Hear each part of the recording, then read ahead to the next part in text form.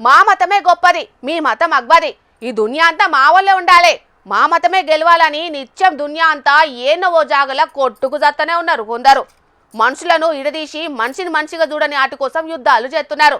మీరు వేరు మేము వేరు అని మనుషులను ఎడవాపుతుంటే మనిషి మానవత్వం ముంగట మతాల గోడలు చిన్యాన్ని చూపెడుతున్నారు గీడ కొందరు అన్నాలు.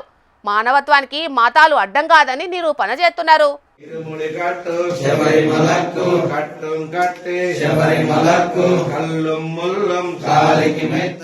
వారెవ్వా ఇది గదనుల్లా మత సామరస్యం అంటే, ఇది గదా భిన్నత్వంలా ఏకత్వం అంటే.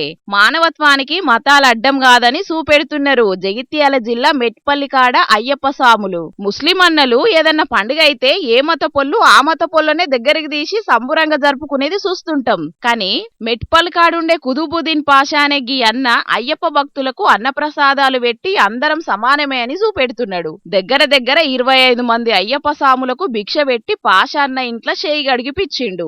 భక్తిగా అయ్యప్పను దలుసుకొని పాషాన్న పెట్టిన పరమన్నాలతోని కడుపు నింపుకున్నారు అయ్యప్ప స్వాములు. ఇక ఇంత సేవ చేసిన అన్నను మెచ్చుకోకుంటే ఎట్లా అని పాషన్నను అయ్యప్పలు శాల్వతోని సత్కరించి దీవెనార్తులు పెట్టిండ్రు. మరి అయ్యప్ప స్వాములకు భిక్ష ఎందుకు పెట్టాలనిపించిందే పాషన్న? అయ్యప్ప స్వాములకు అన్నప్రసాదం చేయడం నిజంగా నా అదృష్టంగా భావిస్తున్నాను. ఎందుకంటే ఈ రోజులలో హిందూ ముస్లింలు గొడవలు పెట్టాలని సృష్టించుతుండ్రు.